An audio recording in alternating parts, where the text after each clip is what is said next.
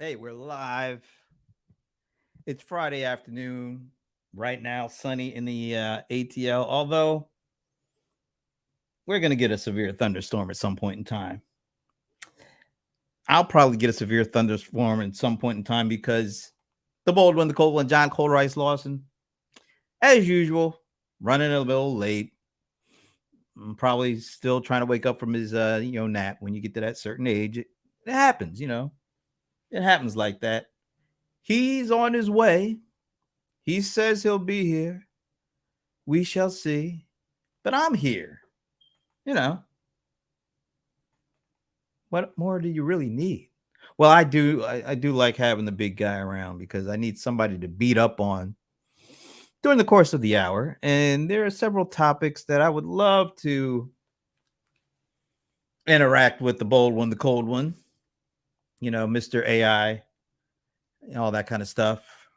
Lots of stuff going on. So hopefully he'll be here shortly. Oh, Jeanette. Hello, Jeanette. You must be one of John Lawson's. Are you one of his folks he coaches or something like that? Let me know and tell him, he needs to start getting here on time if you do have that kind of relationship with him. Because, I like to do things on time. I'm just saying. But it's good to see you. He should be here shortly. We're going to be talking about AI. We're going to be talking about all this stuff that's going on. By the way, anybody going to see any of these movies? Oppenheimer and the Barbie. Now they got some weird name. They're calling it Barbieheimer or Barb. I don't know. All right, so you are okay. Cool. Well, thank you for joining us. He should be here. Maybe he's trying to wake up. Who knows? I think he was out doing some kind of TV show. Maybe that's what he was doing. I don't know. We'll see. Looks like he's trying to get in, but all I see is a device not connected. See, this dude, I've been telling him to get some upgraded gear for I don't know a long time. Still cheap as they come. All right, but no, I'm serious. I would love to get into some of this discussion around. I don't know. It really feels like we're just not ready for this AI stuff. We're just not ready to handle this stuff. I know a lot of people are excited about it. Maybe you're one of those folks that are excited about it. I know the bold one, the cold one is very excited about it. I don't know if the level of excitement is met by the level of really being able to use this stuff in a way that won't eventually harm, do more harm than good. Wow, he just fell off. When he gets on, if he gets on, let's tell him he needs to buy a better webcam or something. I don't know. We'll see. But I am still in the ballpark of saying we need to pump the brakes a bit on this Gen AI stuff. We're not ready. I'm saying this collectively. We're not ready. Stuff is just starting to happen. And we're just really getting our hands on it. We don't have a really good handle on what can be done.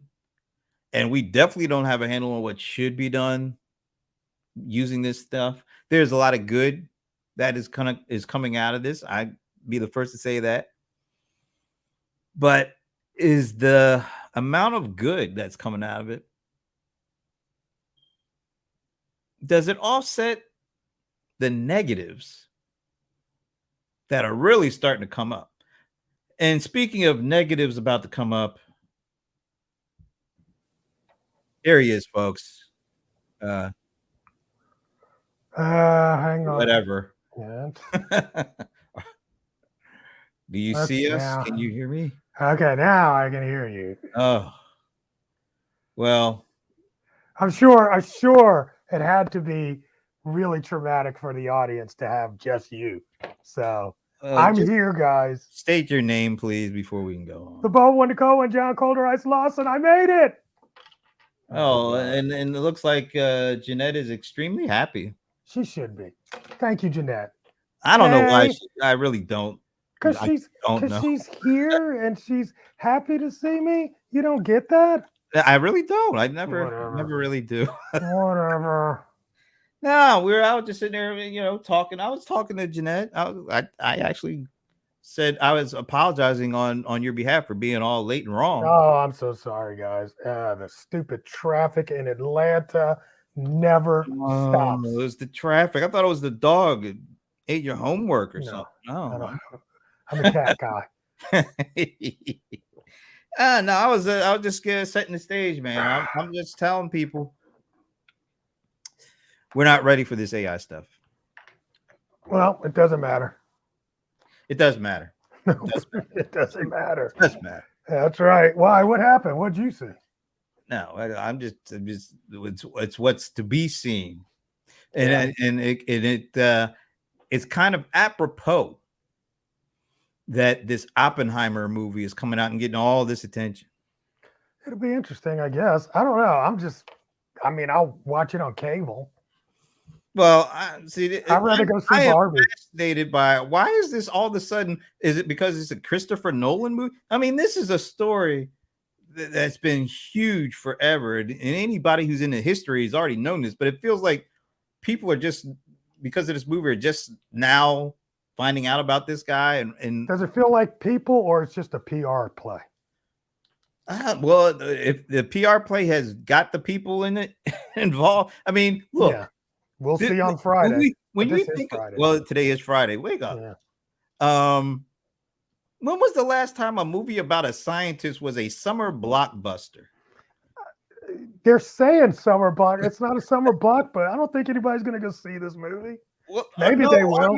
They're like all of Hollywood is pinning. It's Oppenheimer and it's Barbie. Yeah, and I'm like, Barbie's the big one. No, they're both. And they're even being co-marketed. There's a term out there now. They're calling it Barbenheimer or something stupid like that. Brent, we're not ready for AI. John, it doesn't matter, Brent. Yep. Well, that's our show. Pierre coming through. Coming through. So what? You think there's some scheme here? No, I'm just I'm a history you know what? I'll tell you what. One of the things is, the actor strike, I think, is part of it too. Well, but the story about Robert Oppenheimer, they call him the father of the nuclear bomb. He was the guy that ran the project at Los Alamos in the 40s, 30s and 40s, leading up to the dropping of the bomb on Hiroshima and Nagasaki. And he played this pivotal role in releasing something that was never released before. And once they were able to create that thing and they released it, he started talking about the world really was not ready for the aftermath of what this thing was going to unleash.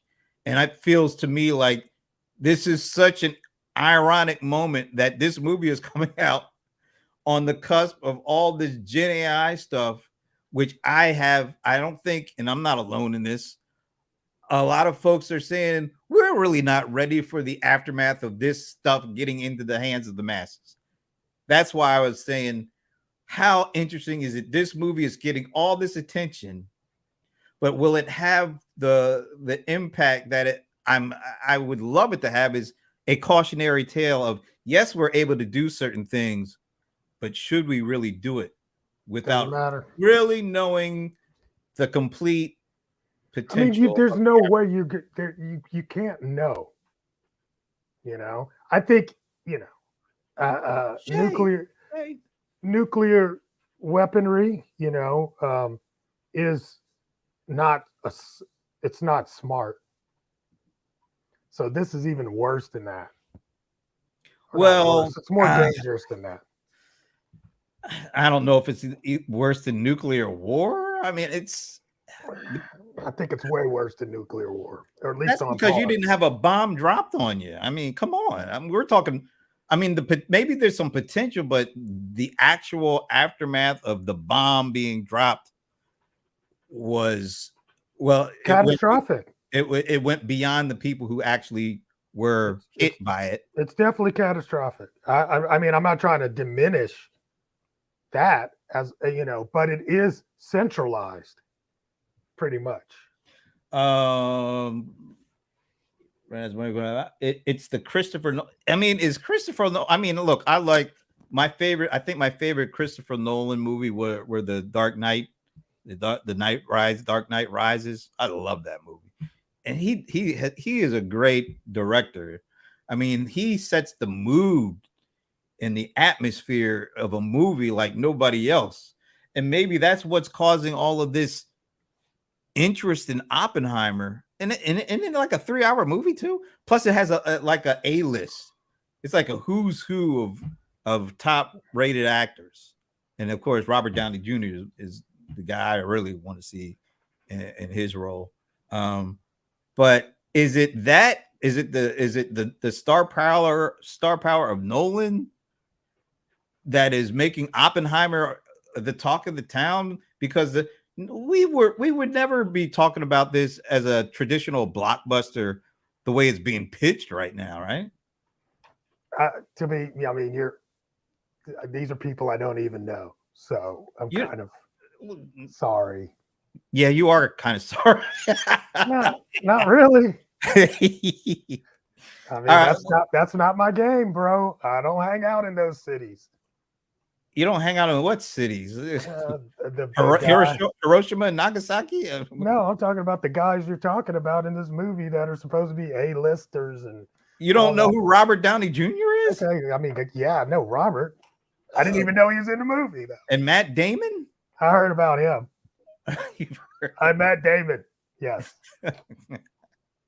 There's a pretty significant amount of people in this one. Yeah. I mean, honestly, it popped up on my radar last week, kind of thing. I hope it does act as a bit of a cautionary tale, although I don't think it will. It never does. It would be so good. Pierre knows a lot of stuff. He's a very smart dude.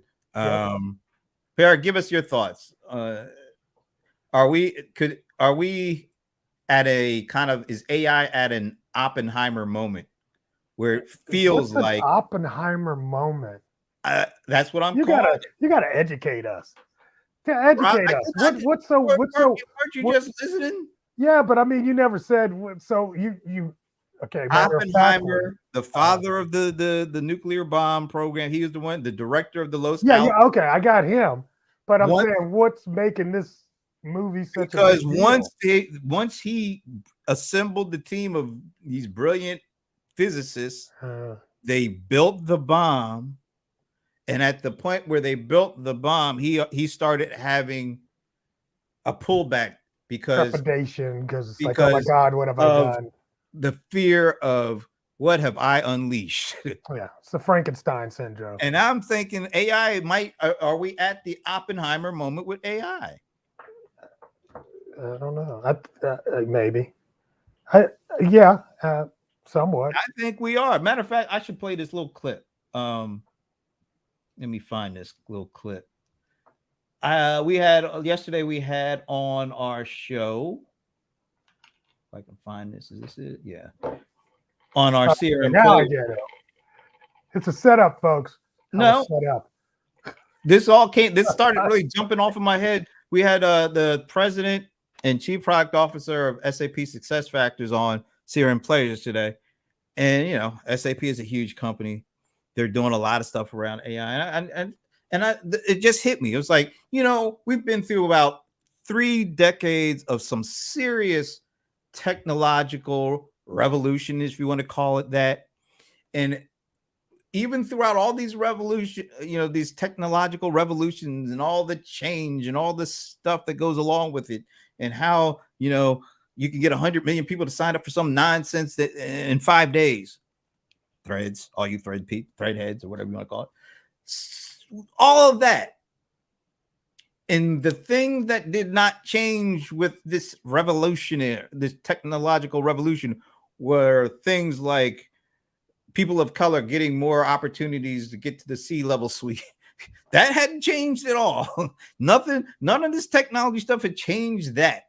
It hadn't changed the amount of venture capital that women-led CEO companies get. None of all the things that technology changed, it didn't change certain stuff. Matter of fact, it probably made it a little worse. So I had an opportunity to ask.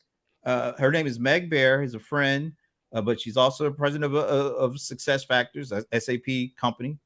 And I just asked her, because we were having such a really interesting conversation. I was like, well, what do you think is going to happen? Will this technology revolution will it impact stuff like what's going on with DEI? What's going on with the lack of opportunities for people of color to get into the C-suite, or will it allow more women to get funded?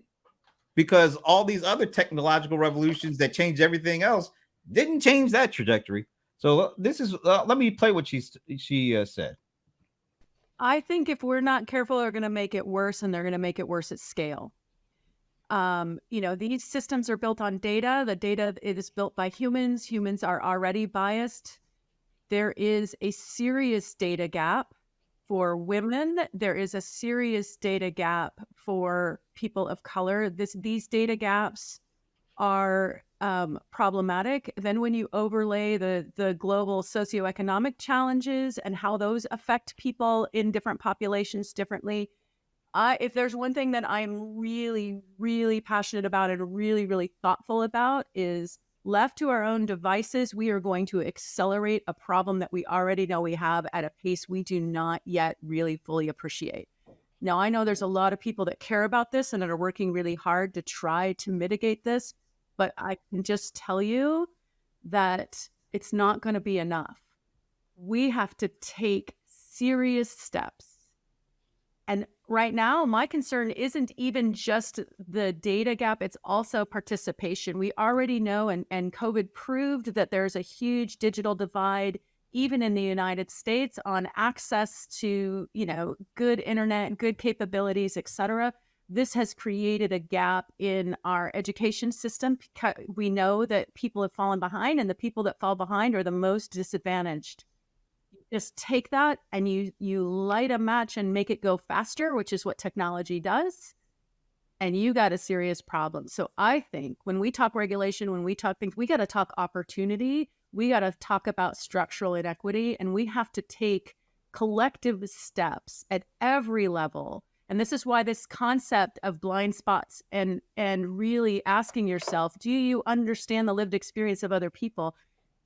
We have to all recognize this is not because we're bad people, but we all have real gaps. And now we've taken those gaps and we've thrown them to an AI machine that is going to accelerate those at a pace we cannot even get our arms around. So we have to take it seriously, Britt. And I'm sorry, because this is like one place where I am, the sky is falling. Like, now is the time. This will get worse. All right. I have to say, I completely 100% agree with her.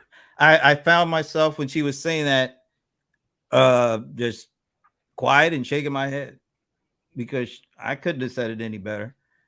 And that's why I'm wondering if this is somewhat of an AI's Oppenheimer moment. Let's see. Pierre says, wait a minute. Let's go to this one first. I like the phrase, I don't think so, but we have a larger risk with open source large language models because guardrails are not being set. The problem is how models can scale without managing risks. He's pretty much saying what she's saying. Meta's launch of Llama, is it Llama or Llama? I never get that. Llama. As an open source will attract developers, mostly for good, but we need to rethink what we want tech to do, such as the decision to not use facial recognition with policing and get ahead with guardrails. All these things, I think that makes total sense.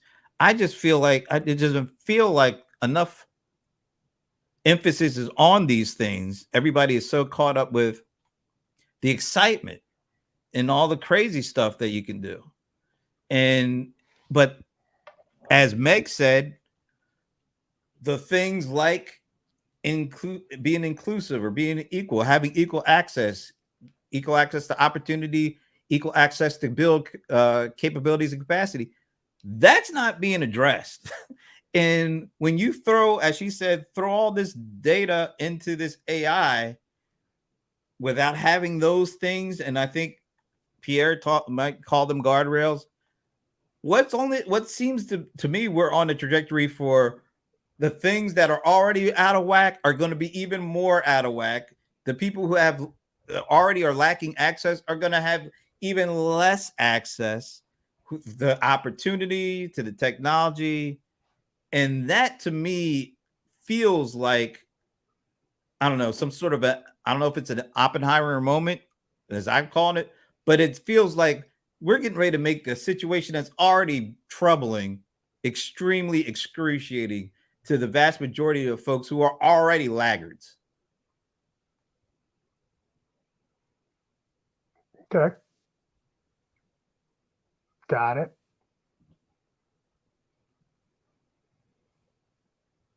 Sounds like she's trying to stop the machine. The best we can do is build the fail safes in as the machines move. My issue with that is the machine is moving a lot faster than we are able to capably keep up. That's the only issue. And if the problem is here before this new machine gets into full gear and we don't have the capacity to keep up with the full machine, that just makes the problems get like this. And it feels like we're about to hit that moment.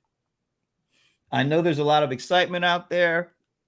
And there's some people doing a lot of interesting things on the edges, I think.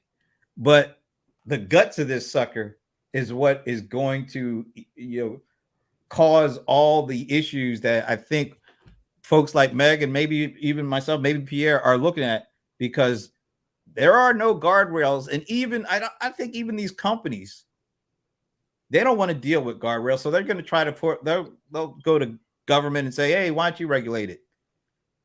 And we all know how long it takes government to do anything. By the time they do anything, it'll be way out of hand. So I think this is, I do believe this is a kind of a Oppenheimer moment for AI. And I don't have no answer. I'm not saying I do, but it just feels like we're kind of whistling through the graveyard here with this stuff, because there's some cool things and people love to talk about the cool things, but there are some big, massive things. What your webcam just died on you or something? Did it? I told you to buy a new one. Well, while you're fiddling around, Shay says, but if it's moving a lot faster than we can keep up, then the solution is not stop the machine. So we can't start our solution brainstorm there. How do we run and catch the machine and start building fail safes and guardrails? I mean, hey, look, I'll be the first one to tell you, I don't have an answer for this, but what I don't feel like is going on enough is the focus on, how do we do this? How do we put guardrails in, safe guardrails in, effective guardrails in? Because the hype is driving everything, like it's driving an interest in a movie about a scientist. And we're not talking about Indiana Jones. We're talking about a real dude. It just feels like things are moving just a little too fast for our own good. It's almost like somebody gave a 15-year-old a Porsche, gave him keys to a Porsche to a 15-year-old without really giving that kid a lesson in how to drive it. Of course, the kid's going to be excited. It's a damn Porsche. Somebody gave me a key to, if I was 15-year-old and somebody gave me a key to a Porsche, man, I'd be all over it. But is that the best thing? Just because it's available, is that the best way to go about it? I don't think so. And that's why I feel like we're kind of in that situation right now. And you're in a situation with your camera not working. It's just not going to work. I have no idea how this is all going to turn out, but it feels like we're watching things that we can't control anymore. And it feels like that's what Oppenheimer was doing. Once he built it and turned it over to the military, it was out of his hands. And I think we're at a point now where this AI, Gen AI is out of the people who made its hands. And they realize they have very little control over it now. And what does that mean? What is the end game? What is the impact? What are the, not just the positive, but what are the potential negatives? Because to me, the potential negatives are pretty catastrophic if we don't address this stuff right now. Pierre, okay, I'm loving it. John. Yeah, man, we might need to take up a collection for this dude to get him a decent webcam or something. I feel kind of bad having that beautiful image I had. Look at that image quality. Look at that color. Oh, and dude's webcam just keeps giving out. I tell you, Shay, why don't you? We'll start a fund. Get Coach John a good webcam. How about that? All right, here he's coming back, folks. Let's see. Yeah, looks the same though. Oh, it's not coming on. No, you're in. You're in there. Just saying, you're in. But yeah, you still look the same. Well, that's a good thing. All right, I'm back. All right. Well, you are Mr. AI. What do you call it again? AI boss. AI boss. You gotta take the the mantle on all of this stuff since you're the AI boss. Okay, two things. First, I'm not sitting around waiting for the people that caused the problem to solve the problem. It's not their problem. Okay, that's the position they want to be in. They set up the system so it would promote the position. So sitting around asking them to regulate it and work it out, you're just going to be frustrated. That's just when you say asking them to regulate it, who are you? Who's the them? Who are the those that they're saying we need to work on the gap? There's the gap is not accidental. That's what I'm trying to say. So whoever they are. I don't know if the gap is, maybe the gap isn't, but the size and what happens to the gap over time. That's not accidental. But nobody knows. Nobody, like, if you take two trains and you make sure the track goes this way, then it's always going to keep going this way. All right. They're not parallel. Yeah, but but usually when you take a train, there's a destination at the end of the train. This is the destination. There's no end game here. Right. This is the destination. The difference between, and I think the digital divide is really going to hurt the middle class more than the lower class. Everybody wants to act like the lower class is in trouble. No, they're just going to be lower class.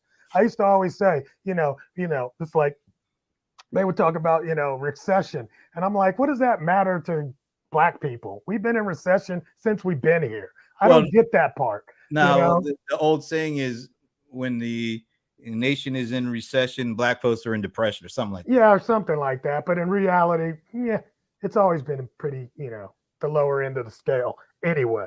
So I don't really get that part. And I'm not sitting around waiting on some pie in the sky to fix that for me. So let me finish. Okay. The reason why I'm here and I'm self-made is because I had to make it myself. So a foot in your ass makes you move a lot faster. So if you're sitting around, folks, waiting for somebody to make it better for you, you're going to have to do this yourself.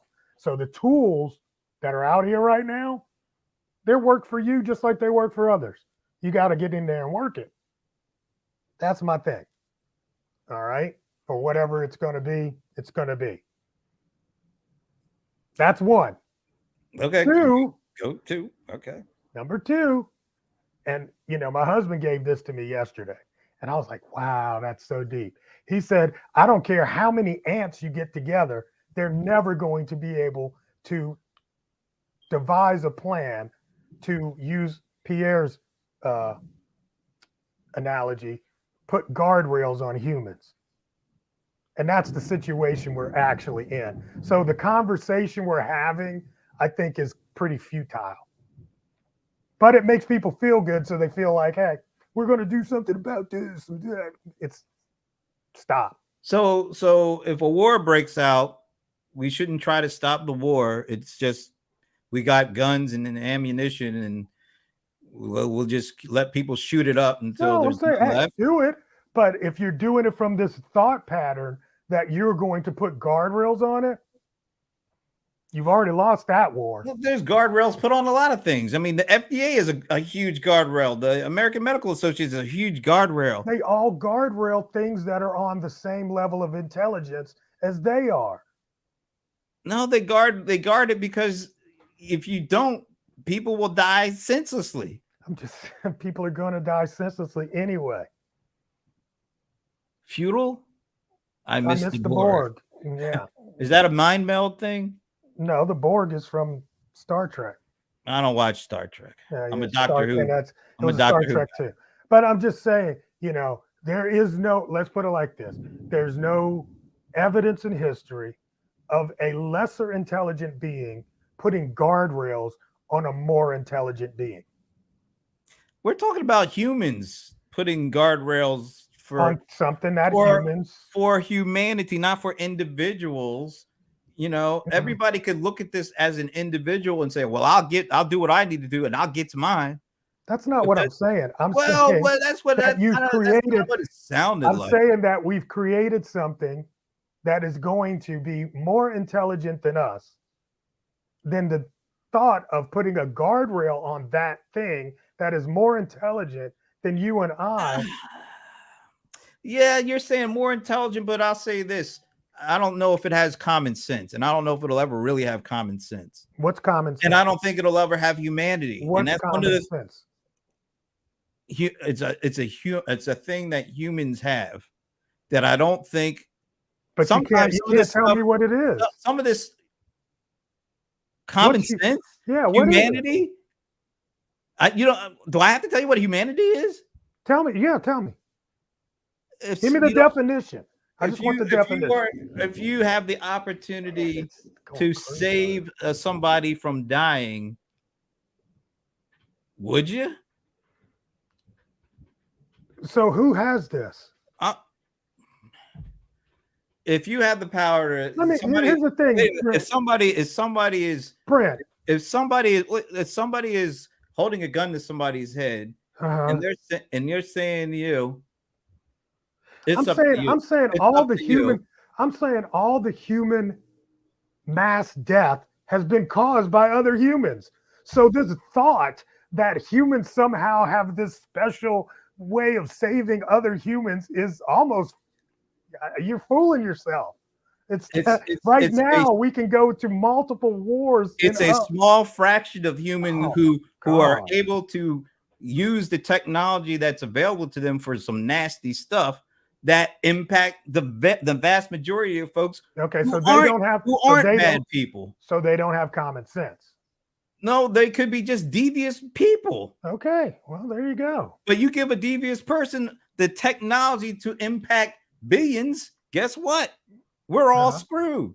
And that's why I started. And that's why I started saying we need to really try to figure this out. I don't think it's good to just throw your hands in the air and wave like you just don't care because it's been done before, and I'm just saying, look, I'm just saying it is what it is and it'll be what it's going to be. What is this? Que sera, sera? Pretty much, man. What?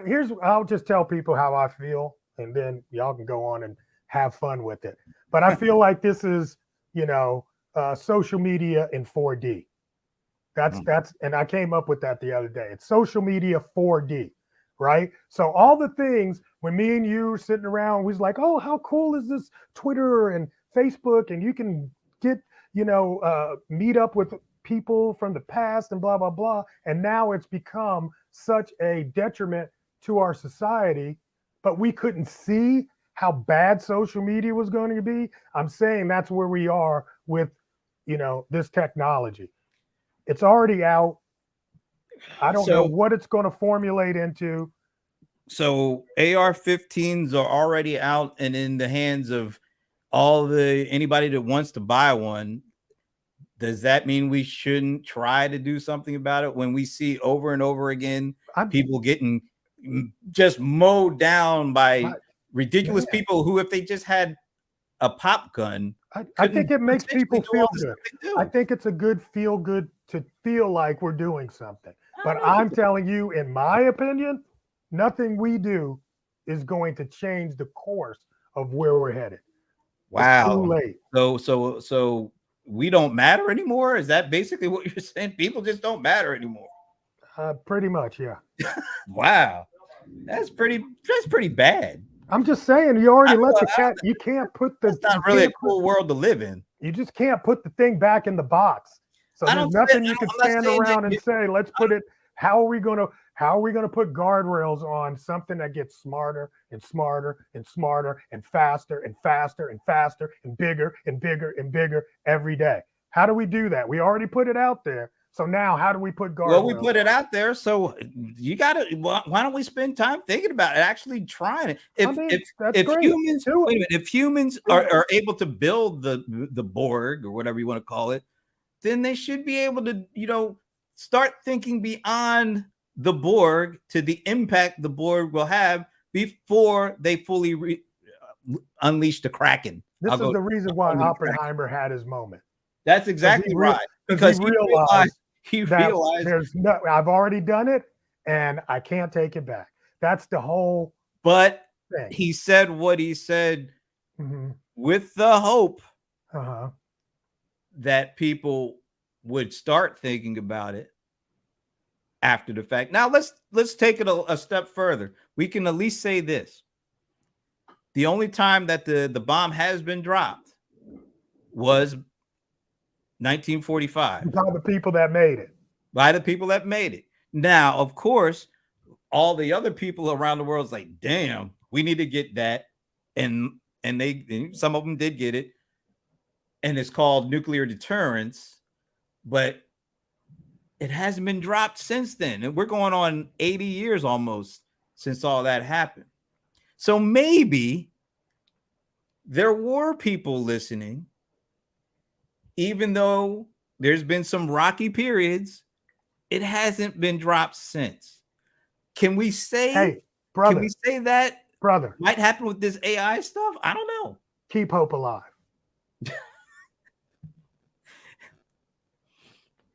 Keep hope alive. That's why I think we are at the Oppenheimer moment with AI. I don't think it hasn't done anything. And absolutely, I want to just put up Pierre's last thing about good point. See what he says. Oh, good point. No, I'm going to put him up. No. Wait. Social media was also helpful for small business to scale. AI is going to be extremely helpful for finding new ways to deal with a lot of things that ail our culture and our planet. It's going to come up with new ways to deal. There's always going to come up with new ways to deal with cancer. It's going to come up with new ways to deal with global warming. It's going to come up with new ways to deal with possibly some of the things we're talking about in terms of the separations of what you call it, the higher and the lower. I think there's going to be a lot of good things that come out of it. That's not what I'm saying. I'm just saying that the thought of being able to control it 5 years from now is a futile thought. Just reading Chris's, they dropped it because they thought, Harry Truman thought this was a way to spare American lives by dropping that bomb and hoping that would be a deterrent going forward. And it that ended up being right. But the fact that it hasn't been dropped anymore, because I guess people did take a look at the actual impact that it had when it was dropped.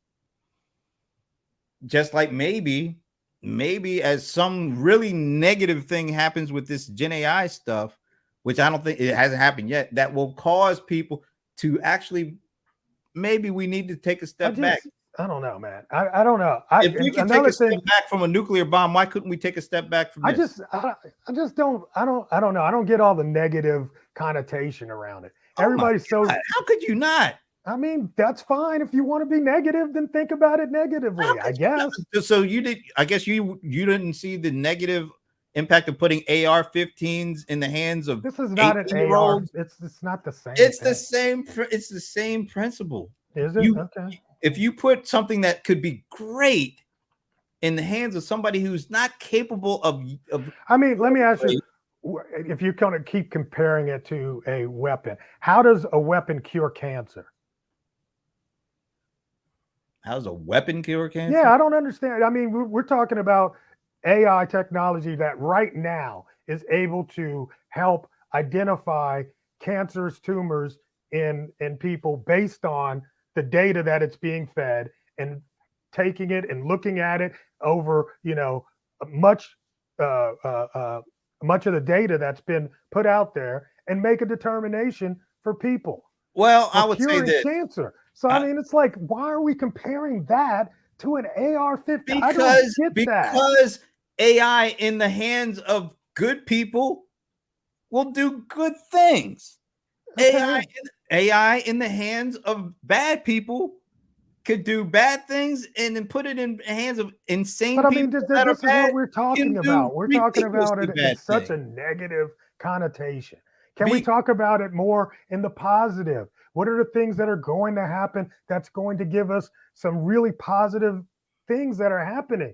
I don't know. I just think the conversation is so like, oh my God, we're about to destroy our world. And I'm like, maybe not. We might be making the world better. Well, you have completely flip-flopped on that one. No, I'm not.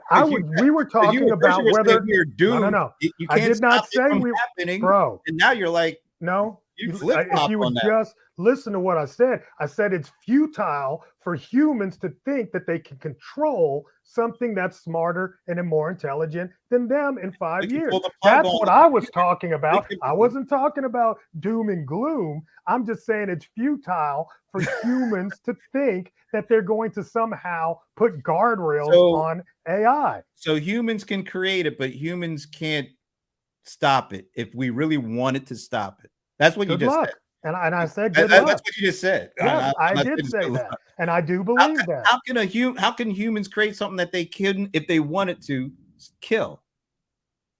Good luck. What is this? 2001: A Space Odyssey? No, you can unplug a damn computer. Well, once they put the computer inside of a robot, then the robot can stand in front of the plug.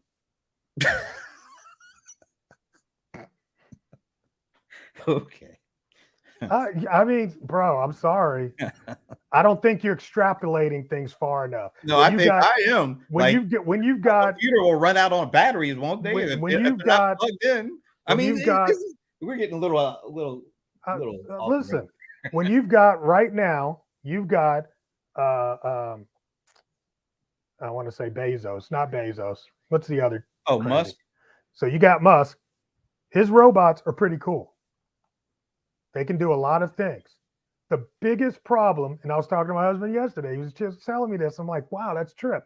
He's like, the biggest problem with the robots are trying to program them to do things, trying to program them to walk, trying to program them to pick something up. That takes a lot of programming skills. And data.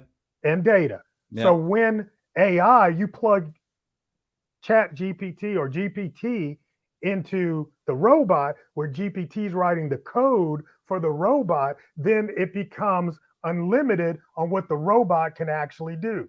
Now, because we've removed the slow human process of trying to figure out how to program it, and we let AI program the robot,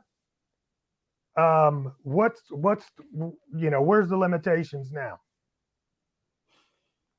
I'm sorry, I'm just reading this. Yeah, I know, because I'm making way too. I know I'm going way too far. No, I don't expect everybody. Circular. It's getting to be a circular conversation. All right, okay, never mind. I'm done. But the good luck. I think this is a great conversation. I think No, I'm serious. I think people should have these kind of conversations more so than just like, oh my God, what are we going to do about AI? You're not going to do a whole lot about AI. You got to start thinking about what it's going to look like, where it's going to go, and you need to start skating towards the puck instead of trying to make the puck stop because the puck ain't going to stop. Yeah, I mean, the obvious statement here is AI is here to stay. I mean, it's not going anywhere. And But it's going, if doesn't- AI is here to stay, will it get smarter? and I would hope people would get smarter about how to use it and leverage it since we built it. That's what I mean. I know. And that is And going to part be of the being challenge. part of being smart is to leverage the thing that AI doesn't have is humanity in the way that we look and view things. I think we know, way over emphasize this humanity thing when we're talking about all the killing, all the destruction, all of the everything that's gone wrong on the planet has been done by humans. But we've got such great humanity. all Stop. those things have been done by humans. That were, let's face it, not all humans are good. And when you give somebody who has a negative outlook or a mental illness a tool that can help him scale up his negativity, this stuff happens. All right.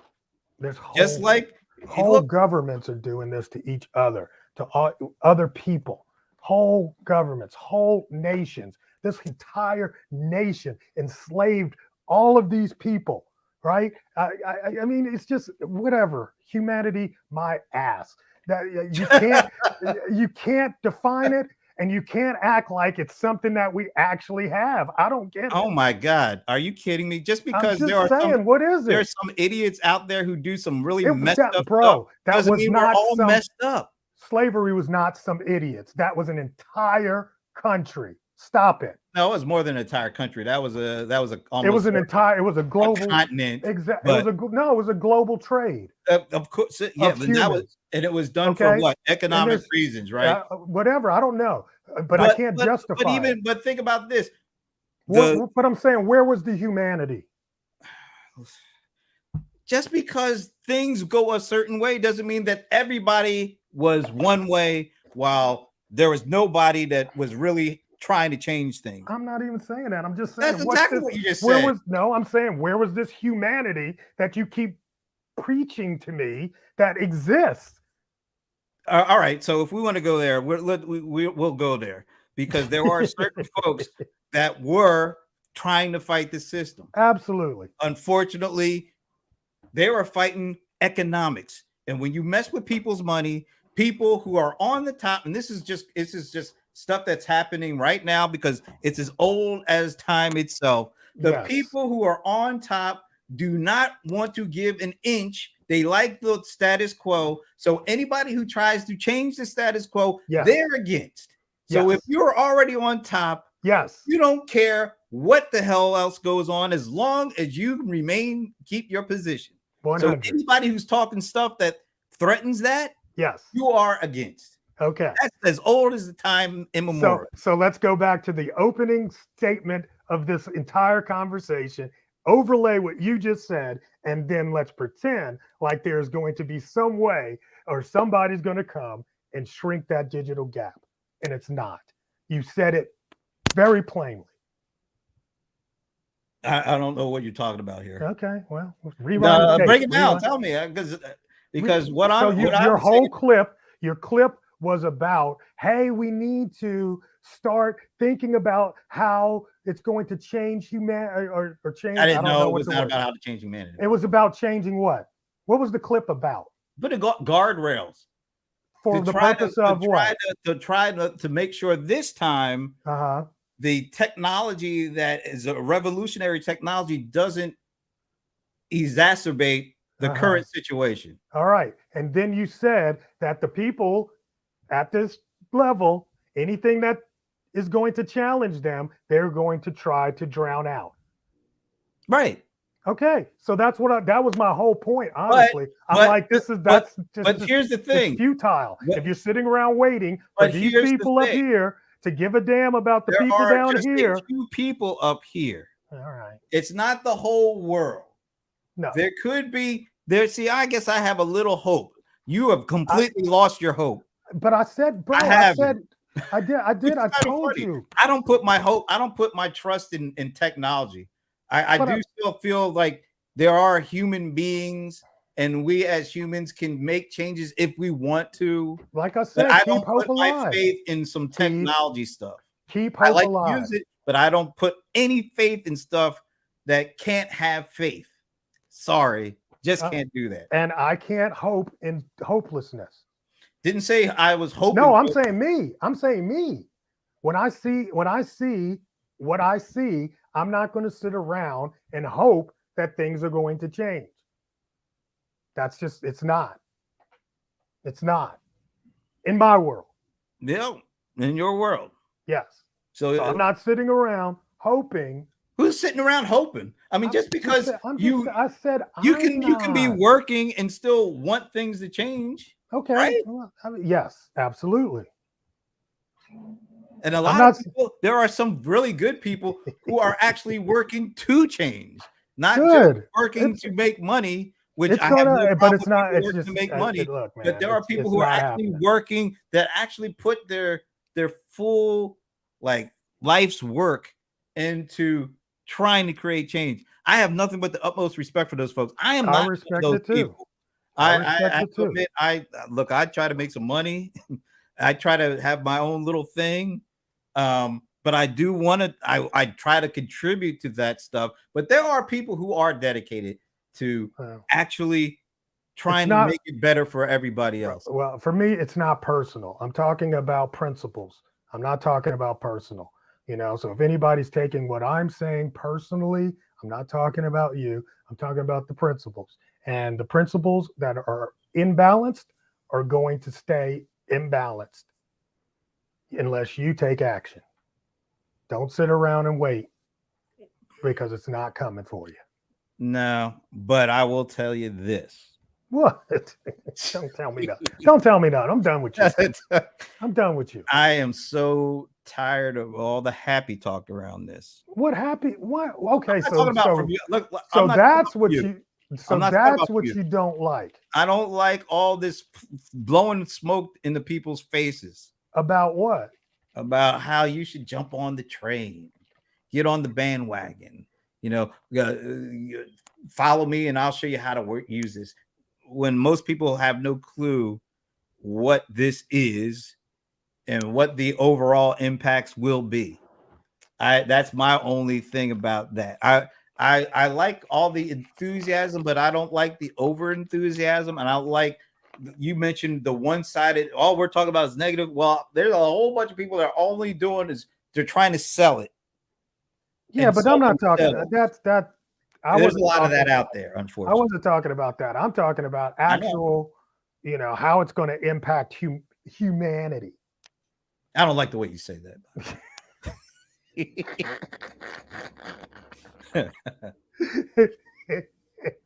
Humans, man. Humans. It's going to have such a massive impact on humans just in general. And we don't know. Oh, it's gonna. We can agree on that one. Yeah, but we don't know. We don't know if it's gonna be all negative or all positive. Exactly, and that's the part that is driving me nuts.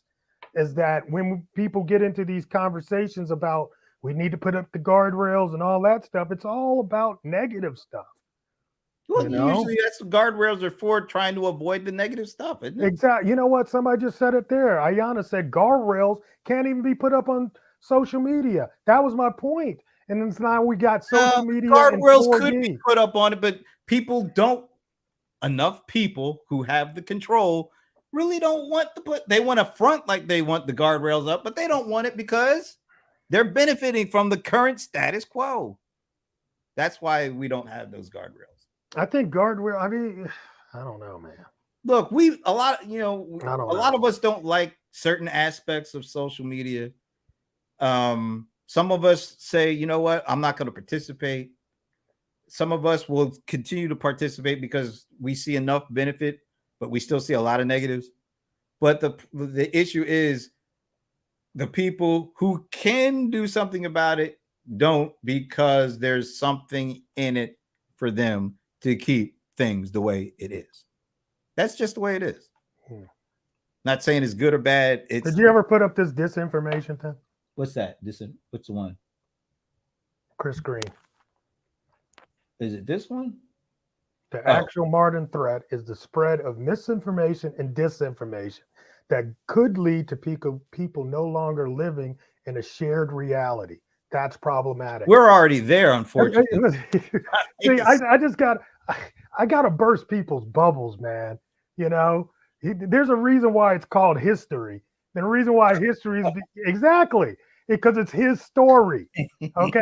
So we've been living in this shared bullshit misinformation reality, at least I have, for years since I've been on this planet.